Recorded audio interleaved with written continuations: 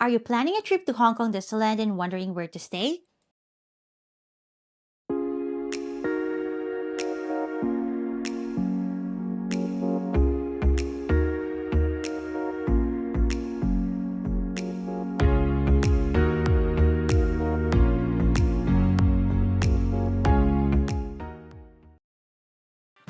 Hi everyone, this is Crashing Adventures, and today I'll be giving you a full hotel review and room tour of Disney Explorer Lodge.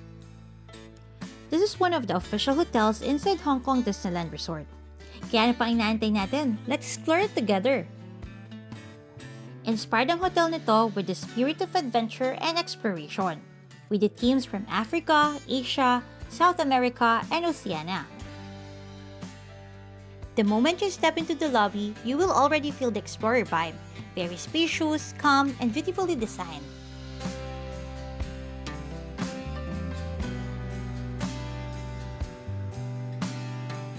Now let's head to the room and I'll show you what you can expect when you stay here.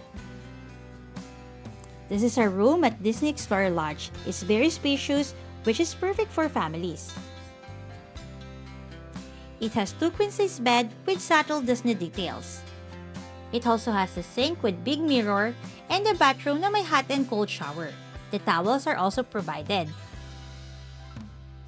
When it comes to the toilet, clean naman siya, however there's no bidet available.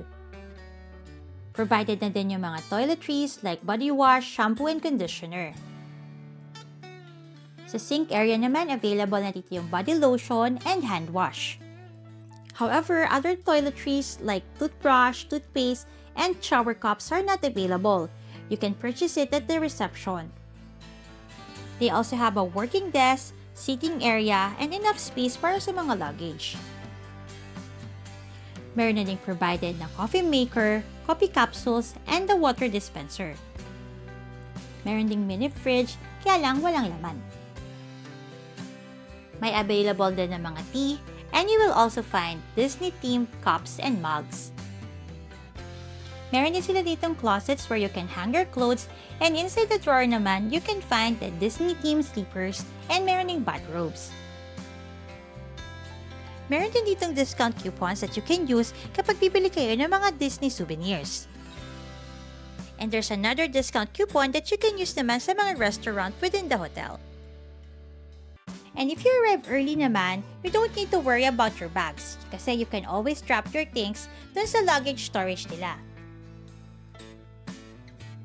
They will keep it for you and they will deliver it straight to your room pag available na. Kaya you can explore Hong Kong Disneyland Park without any worry. Ditong ice machine where you can get ice kapag gusto nyo ng colder water. Available to every floor. One thing we really love about staying here is that it feels more like a resort than just a hotel. They have a wide open gardens and lots of space for kids to move around and relax after a long day in Disneyland.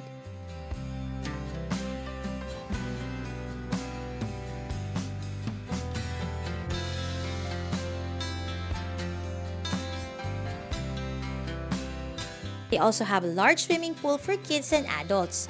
Provided nandito yung towels and floaters, kaya naman mag-e-enjoy ang buong pamilya.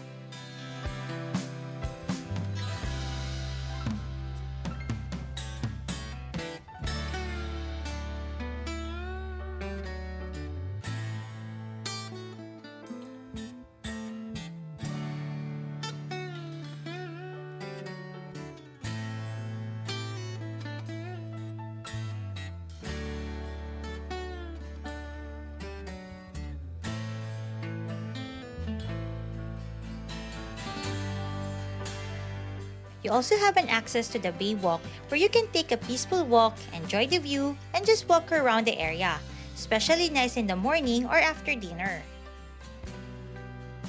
Another perks of this hotel is their free shuttle bus that will take you straight to Hong Kong Disneyland Park, and it will take you just few minutes, making everything super convenient. Meron ding mga shuttle bus that can take you to different hotels inside the resort, like the Hollywood Hotel and Disney Hotel. Kaya naman, this hotel is perfect if you're traveling with family and kids, or if you want to stay inside Disneyland Resort but prefer a more relaxed and quiet atmosphere. and we book our stay through Agoda on a discounted rate.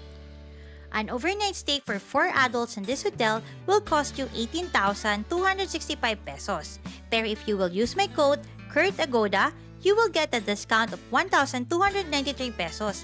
Kaya malaking savings na din.